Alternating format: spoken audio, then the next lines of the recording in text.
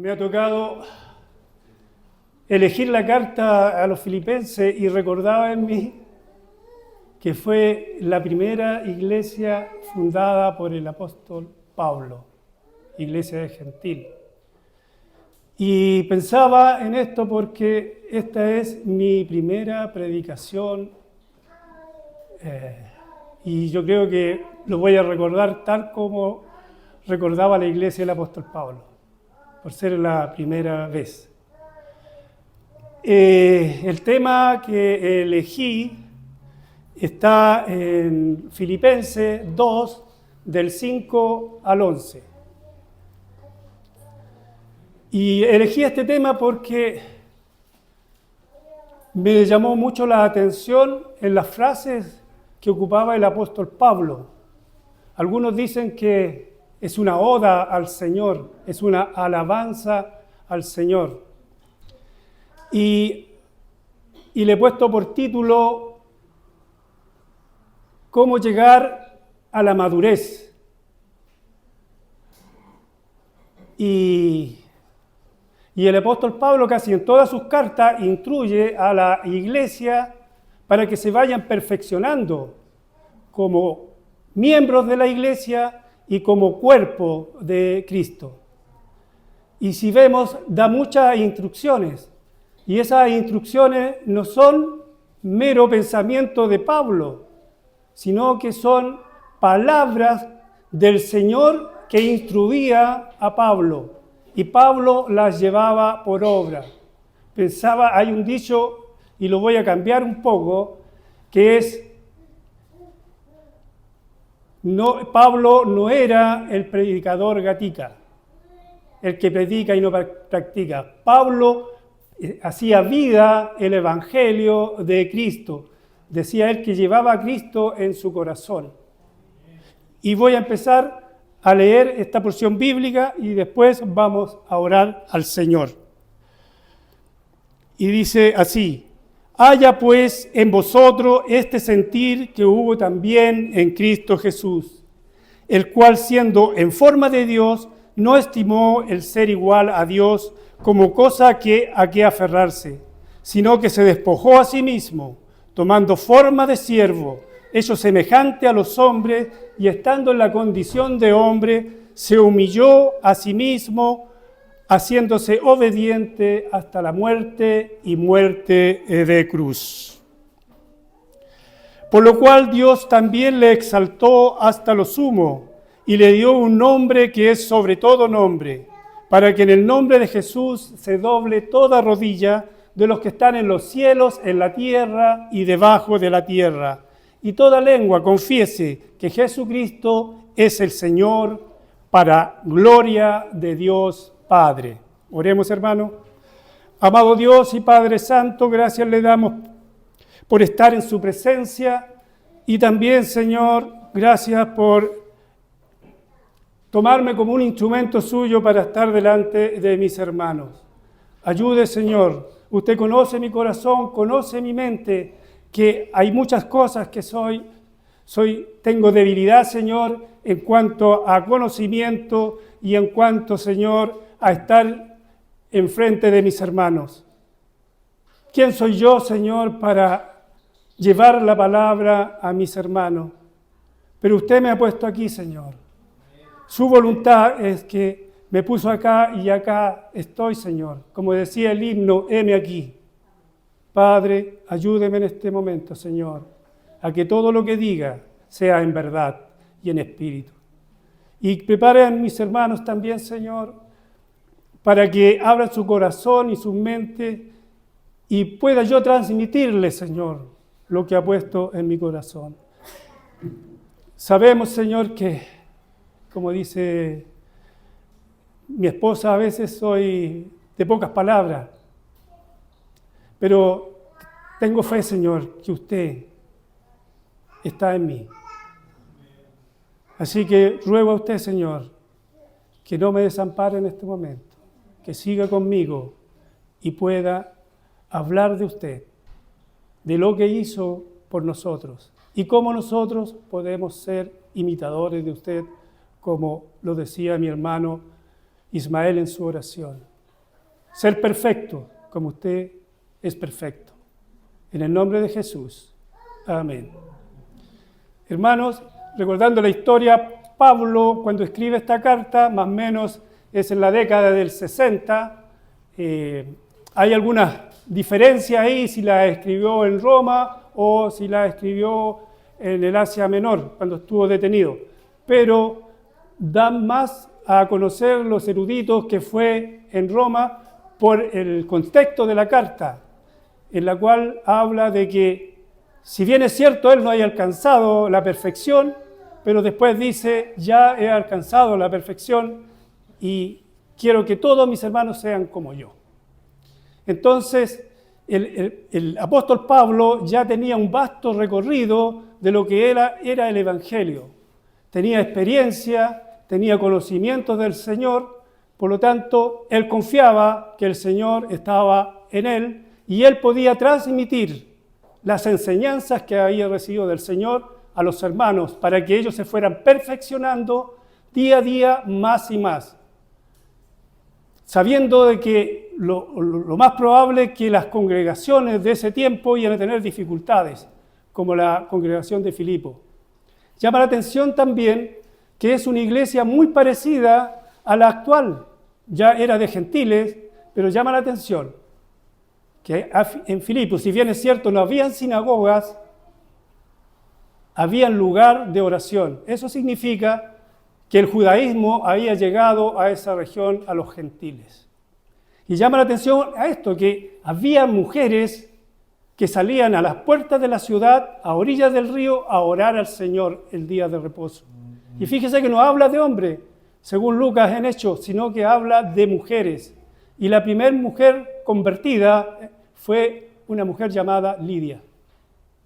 Y después la carta al final habla de Síntique y Evodia, dos mujeres que fueron ayudantes, le dice él que fueron como muy aferradas a él en la ayuda del Evangelio. Entonces, la importancia, a lo que quiero llegar, es que la importancia de la mujer, de la fidelidad de la mujer. Y vemos en la iglesia actual que la mujer nos lleva por la delantera a nosotros los hombres en fidelidad. Las iglesias están con muchas mujeres, pocos hombres. Dicho esto,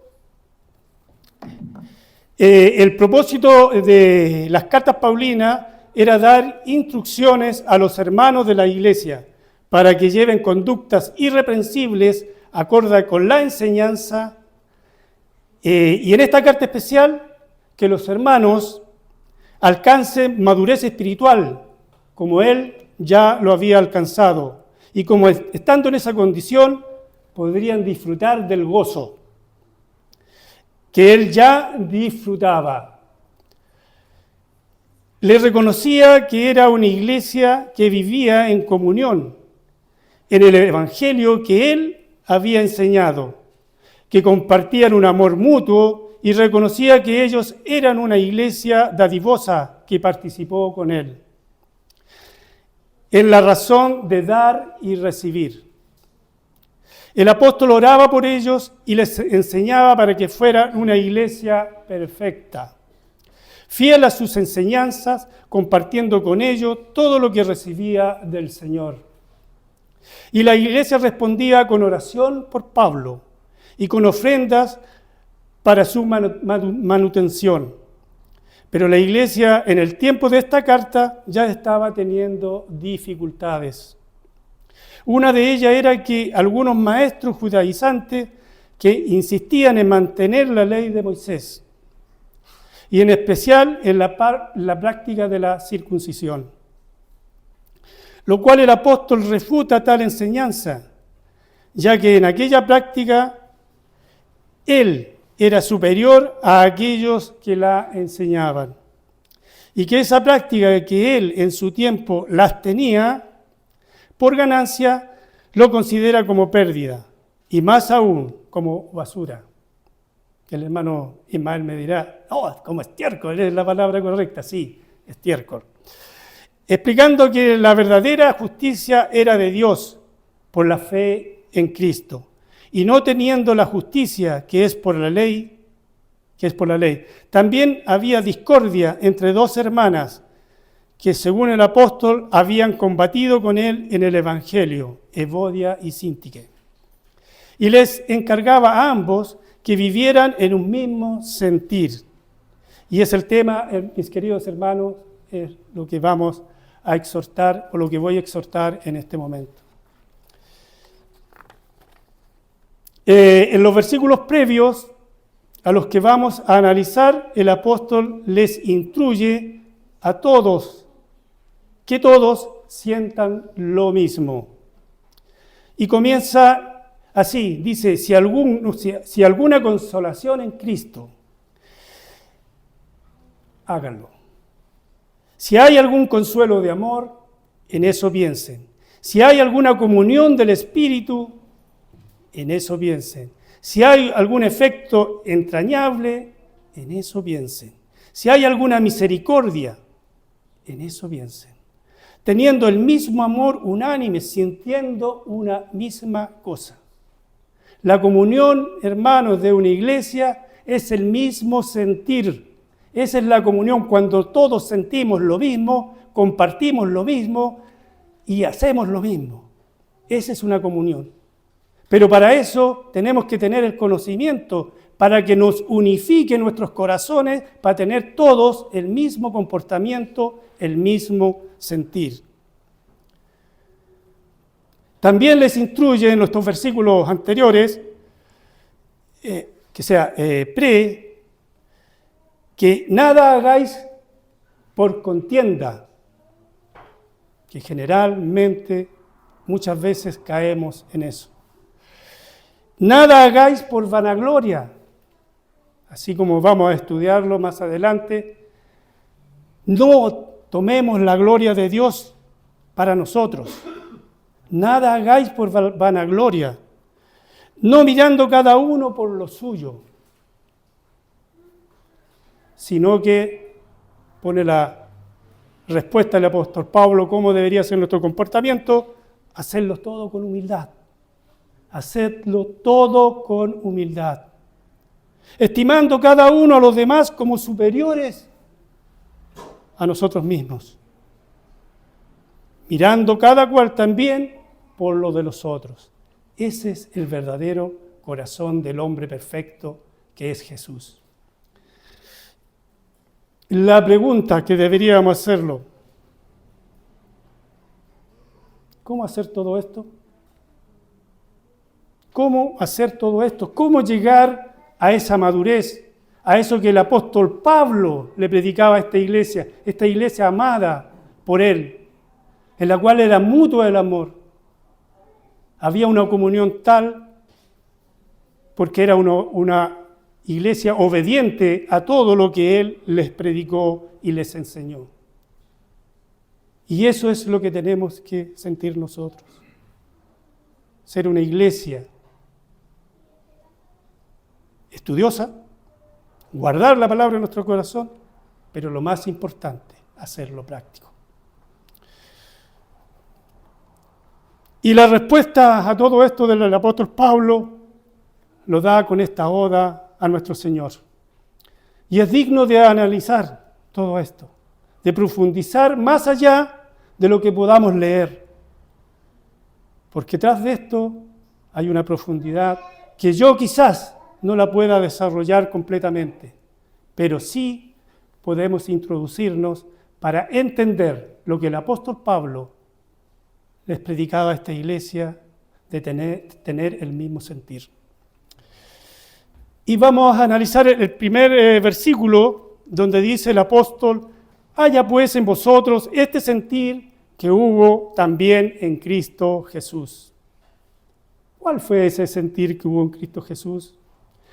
El apóstol Pablo nos está refiriendo al verbo encarnado, en la cual habla el apóstol Juan en el Evangelio, sino él se está refiriendo al ministerio de Jesús.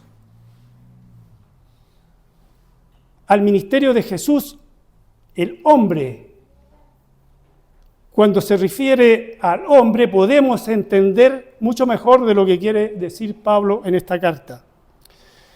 El apóstol pone a nuestro Señor como ejemplo, como el hombre perfecto, digno de imitar, digno de seguir por su camino.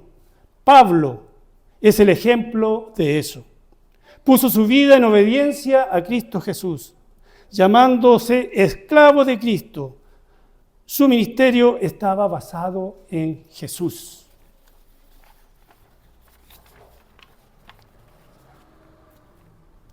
El apóstol Pablo, todo lo que había aprendido del Señor, lo puso en práctica. Y fue desarrollando, porque la carrera de Pablo no fue una carrera corta, porque lo leemos y parece que fuera una carrera muy corta, pero fue muy extensa. De hecho, cuando salió a su primer viaje ya llevaba, creo que más o menos entre 14 y 16 años, cuando Bernabé lo va a buscar. Así que cuando escribe esta carta era un hombre muy experimentado. Y proseguimos con el versículo siguiente, dice, el cual siendo en forma de Dios, no estimó en ser igual a Dios como cosa a que aferrarse. Y aquí nos llama la atención. ¿Cómo, si Pablo sabía que Jesús era Dios, por qué pone que era forma de Dios?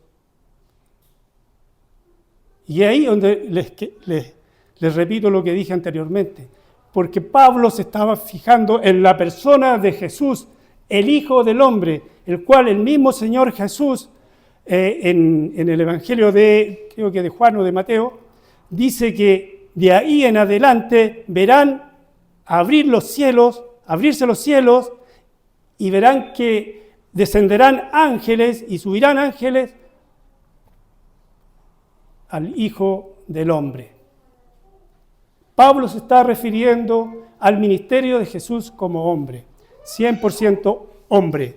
Eso no quita de que era 100% Dios. Por lo tanto, para entender mejor esto tenemos que verlo en esa dirección, en la dirección de que Pablo veía a Jesús como hombre y teniendo un ministerio de hombre. Y es una actitud, esto que siendo en forma de Dios y no estimó ser igual a Dios, a cosa que aferrarse. Es la actitud del Señor que teniendo toda autoridad del Padre para ejercer su ministerio, teniendo poder para realizar maravillas, prodigios y señales, relatados en Hechos 2:22 y en Hechos 10:37-39. Y dice así, varones israelitas, oíd estas palabras, Jesús Nazarenos, varón aprobado por Dios entre vosotros, con todas maravillas, prodigios y señales. Y en el Hechos 10:37-39 dice, y como Dios ungió con el Espíritu Santo y con poder a Jesús de Nazaret. Fíjense, aquí no dice ni al Hijo de Dios, sino que dice a Jesús de Nazaret, refiriéndose a Jesús, el que nació, fue engendrado, nació, vivió con nosotros.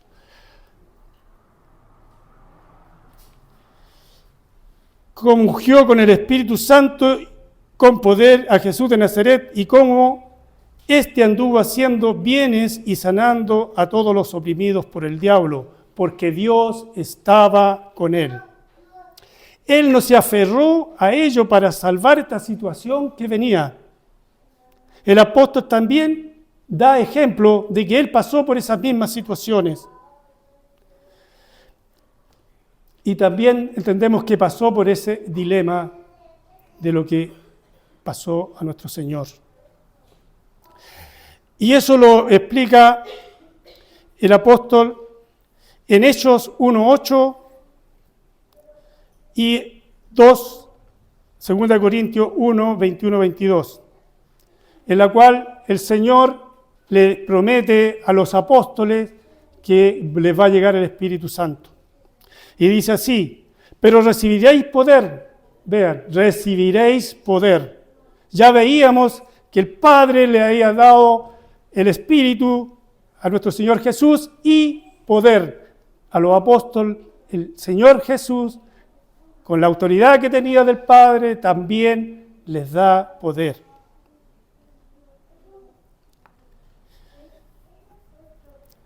pero recibiréis poder cuando haya venido sobre vosotros el Espíritu Santo. Y confirma esto porque Pablo también se consideraba apóstol y sabemos que era un apóstol. Por lo tanto, lo que se les dio a los apóstoles también se les dio a Pablo, que era apóstol. Es más, él lo explica en 2 de Corintios 1, 21, 22. Y dice así: con todas las señales de apóstol que han sido hechas entre vosotros, y en toda paciencia, por señales, prodigios y milagros. El apóstol Pablo tenía el mismo poder, porque el nuestro Señor le dio la autoridad para que lo ejerciera. Y seguimos analizando los versículos. También ver que en ese tiempo era a los que le predicó el Evangelio en Filipo era habitantes gentiles y muchos griegos. Sabemos que en la deidad griega habían dioses, ¿cierto? Y los dioses se presentaban a las personas como forma humana, algunos a lo mejor con forma de toro. A eso es lo que se refiere el Señor, la forma, en qué forma se presentó Dios con nosotros. Y sigue el relato y dice: sino que se despojó a sí mismo, tomando forma de siervo, hecho semejante a los hombres. Al parecer el apóstol se refiere a lo adquirido por Jesús de Nazaret, que recibió el Espíritu Santo y con poder. Por lo tanto, él se despojó voluntariamente.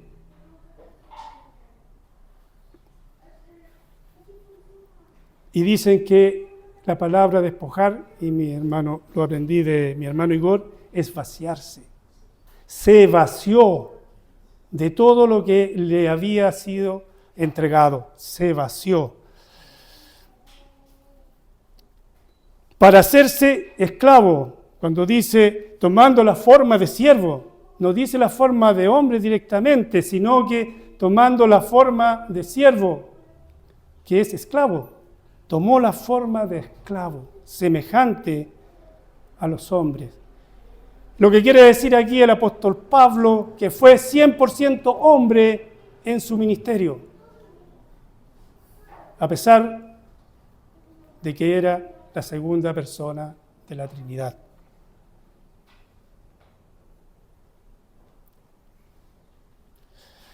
Para hacerse esclavo y ser un verdadero hombre, y miren acá, muchas veces leemos esto y decimos, se sometió al Padre. Pero yo digo más, él ya estaba sometido al Padre cuando hicieron este pacto, que todavía no lo hemos hablado o no lo hemos estudiado, el pacto trinitario. Lo que hizo el Señor es que se sometió a las autoridades terrenales. El apóstol Pablo hace ver que sus decisiones son similares a las del Señor, como lo explica en muchas de sus cartas. Un ejemplo de esto es lo que escribe en 1 de Corintios 9, 19. Y dice así: por lo cual, siendo libre de todos, me he hecho esclavo de todos para ganar mayor número. El apóstol Pablo tenía libertad, tenía una libertad que el Señor se la daba, pero él se despojó de eso y se hizo esclavo para ganar a muchos.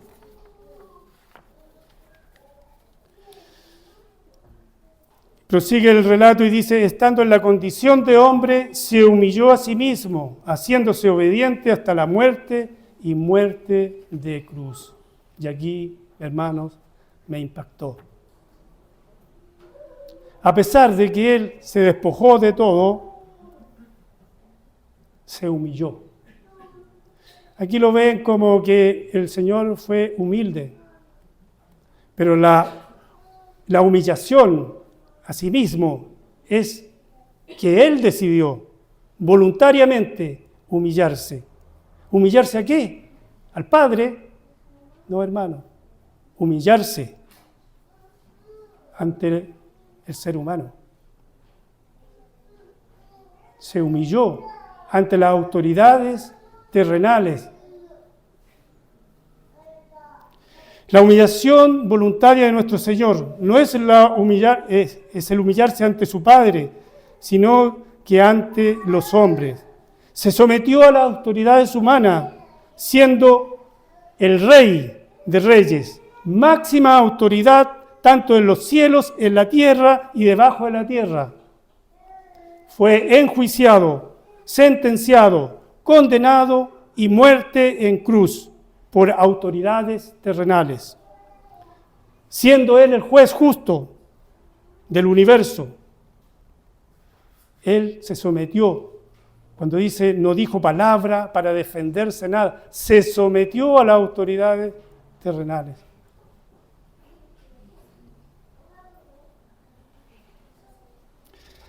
El apóstol entendía muy bien esto, como lo describe en la carta a la 2 de Corintios 11:7, y dice así: ¿pequé yo humillándome a mí mismo? ¿Pequé yo humillándome a mí mismo? Para que vosotros fueseis enaltecidos por cuanto os he predicado el Evangelio de Dios de balde. Él fue muchas veces condenado, sentenciado, sin juicio de por medio, teniendo incluso privilegios que si hubiera hecho uso de ellos, se hubiera evitado muchos azotes, como lo que le ocurrió en la misma ciudad de Filipos, que si él hubiera dicho que era ciudadano romano, se hubiera evitado que lo azotaran por azotarlo. Porque el ciudadano romano tenía el privilegio, si era acusado, de llevarlo a juicio. Inclusive, cuando llega a Jerusalén, él declara y se presenta como ciudadano romano, y eso lo lleva a ir a Roma, porque él pide ser juzgado por César. Entonces, él tenía ese privilegio, pero en ningún momento hizo uso de eso, porque todo lo que él tenía por ganancia lo consideraba como pérdida.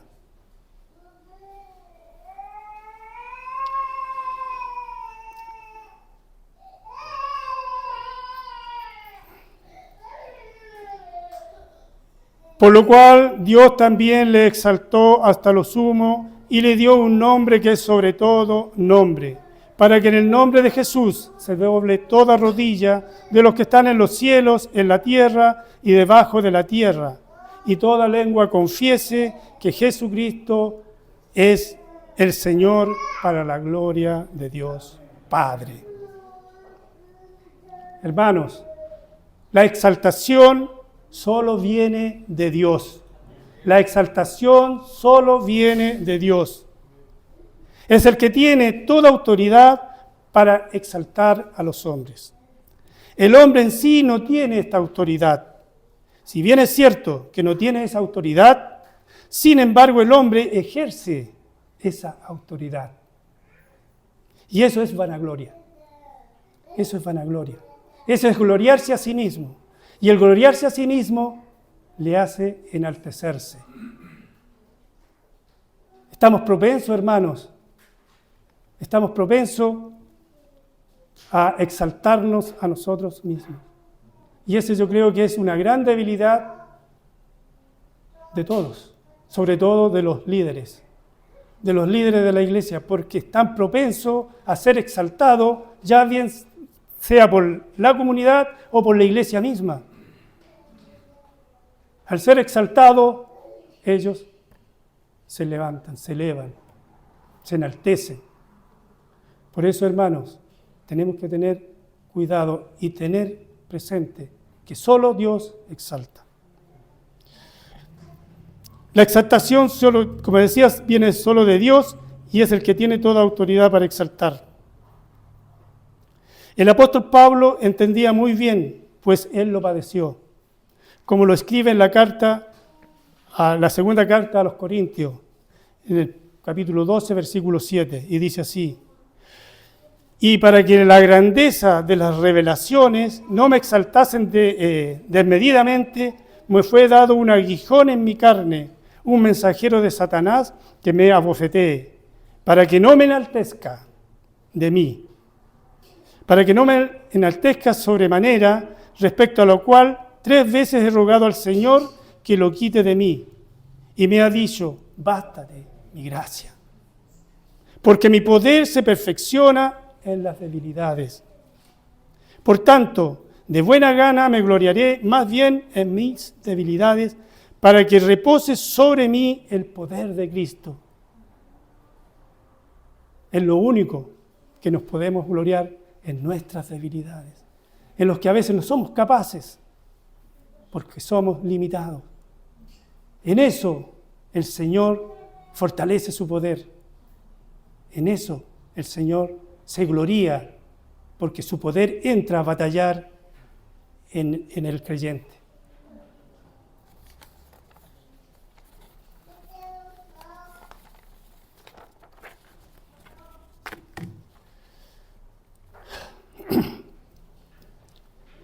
Concluyendo, hermanos, sabemos que en estos tiempos las iglesias no están exentas a lo que la iglesia de Filipo estaba pasando.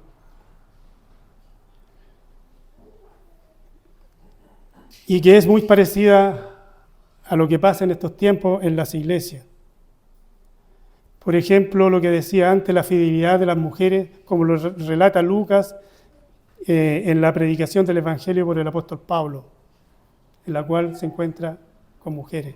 La fidelidad de las mujeres llama mucha la atención en nuestra iglesia actual. Ojalá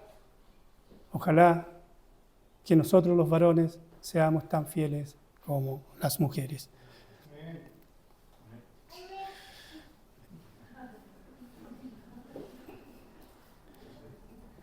Así como los falsos maestros llegaban a las iglesias, así también tenemos que tener cuidado nosotros con conocer a los que llegan,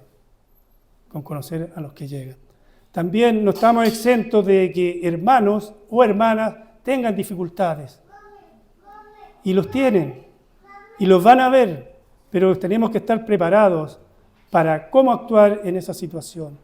Mirar siempre al hombre perfecto, cómo actuó el hombre perfecto. Y también, ¿por qué no mirar al apóstol Pablo? Pues muchas veces nos justificamos que no podemos compararnos con Jesús, porque es el hombre perfecto y sin pecado, y nosotros tenemos pecado. Pero hermano, esa es una justificación, porque la verdad, somos libres de pecado, porque el Señor nos libertó del pecado, y el pecado no muestra su poder en nosotros. El poder del pecado no muestra su poder en nosotros, porque somos libres del pecado por nuestro Señor Jesucristo. Esa libertad tenemos para decidir no seguir pecando.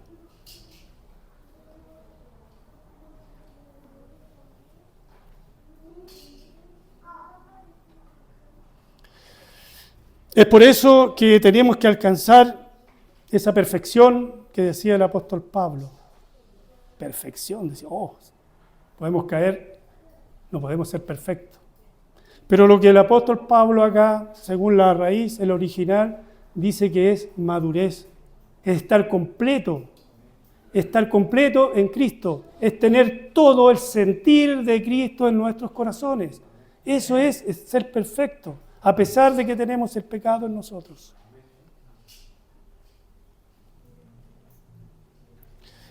Es por eso que tenemos que alcanzar una madurez espiritual para que superemos toda clase de aflicciones que puedan causar divisiones en nuestra iglesia.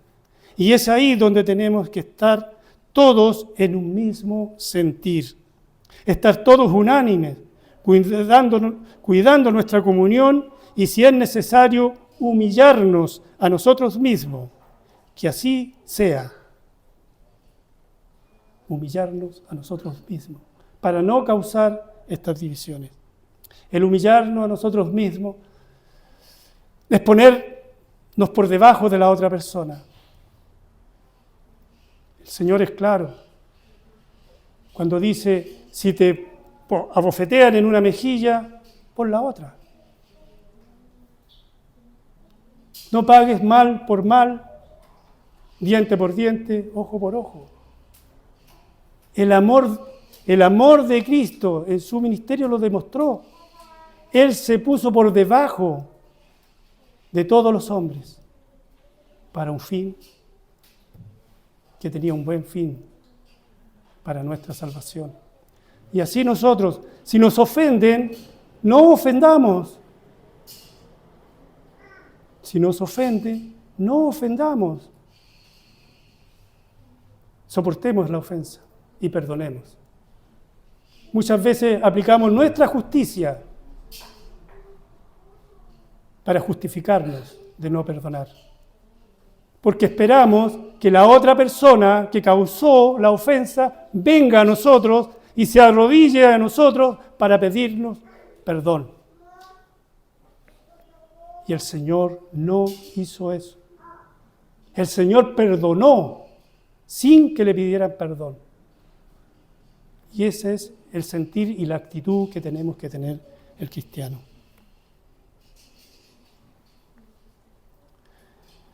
Recordamos que en nuestra humillación viene la exaltación de nuestro Dios.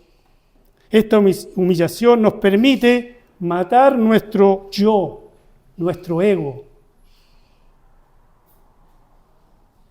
La humillación de nosotros mismos, cuando nos humillamos, matamos el viejo hombre, el que está corrompido, el que nos lleva a hacer nuestra propia justicia. Nosotros no estamos llamados a hacer la justicia, sino que es Dios el que hace justicia. Por lo tanto, si nos humillamos, no nos avergoncemos, porque la humillación al mundo es debilidad, pero la humillación nuestra ante Dios es fortaleza. ¿Por qué? El poder de nuestro Señor se fortalece.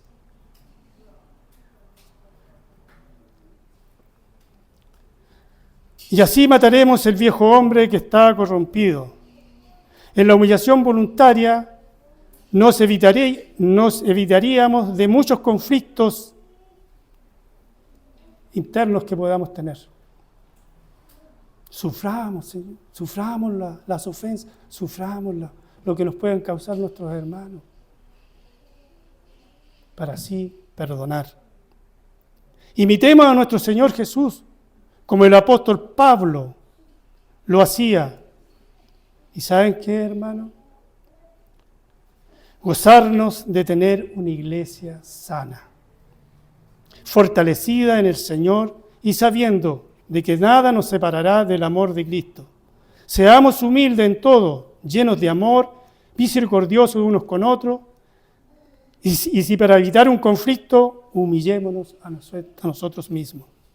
No nos avergoncemos en hacerlo. No lo tomemos como una debilidad como lo ve el mundo. Y si es una debilidad, recordemos que el poder del Señor se perfecciona en nuestras debilidades. Si somos ofendidos, soportemos las ofensas y perdonémonos. No pongamos nuestra justicia, sino esperemos en la justicia de Dios. No paguemos mal por mal, ni ojo por ojo y diente por diente. Si nos golpean en la mejilla, pongamos la otra. Esto en el mundo se considera debilidad, pero para el Señor es fortaleza. No permitamos actos que puedan causar división en nuestra congregación. Hermanos, el Señor ya viene. Oremos, hermanos. Amado Dios y Padre Santo, gracias le doy por darme, y mejor dicho, haciéndome un siervo útil, porque inútil me consideraba, Señor. Pero veo que si estoy aquí es por su voluntad. Ayúdenos, Señor, ayuda a mis hermanos, a todos, Señor, a ser una iglesia que vive en comunión, así como lo hacía la iglesia de Filipos. y enfrentar todas las dificultades que puedan venir, Señor, porque no estamos exentos a que no la tengamos, sino que las vamos a tener. Prepárenos, Padre, prepárenos en toda enseñanza. Y así como el apóstol Pablo alcanzó la madurez y muchos que estaban con él así lo hicieron, así también para con nosotros. Ayúdenos por medio de su palabra, de su Santo Espíritu, a ser maduros como el apóstol Pablo quería que fuese la iglesia de Filipo. Y llegando a esta madurez, Señor, sentir el gozo que sentía el apóstol Pablo, porque a raíz de la madurez nos llega el gozo de estar completo en el Señor. Gracias, Padre. Gracias le damos a nuestro Señor Jesucristo. Gracias por el Espíritu Santo. Gracias por su palabra. Nos quedamos ante usted en el nombre de Jesucristo, nuestro Señor y Salvador. Amén.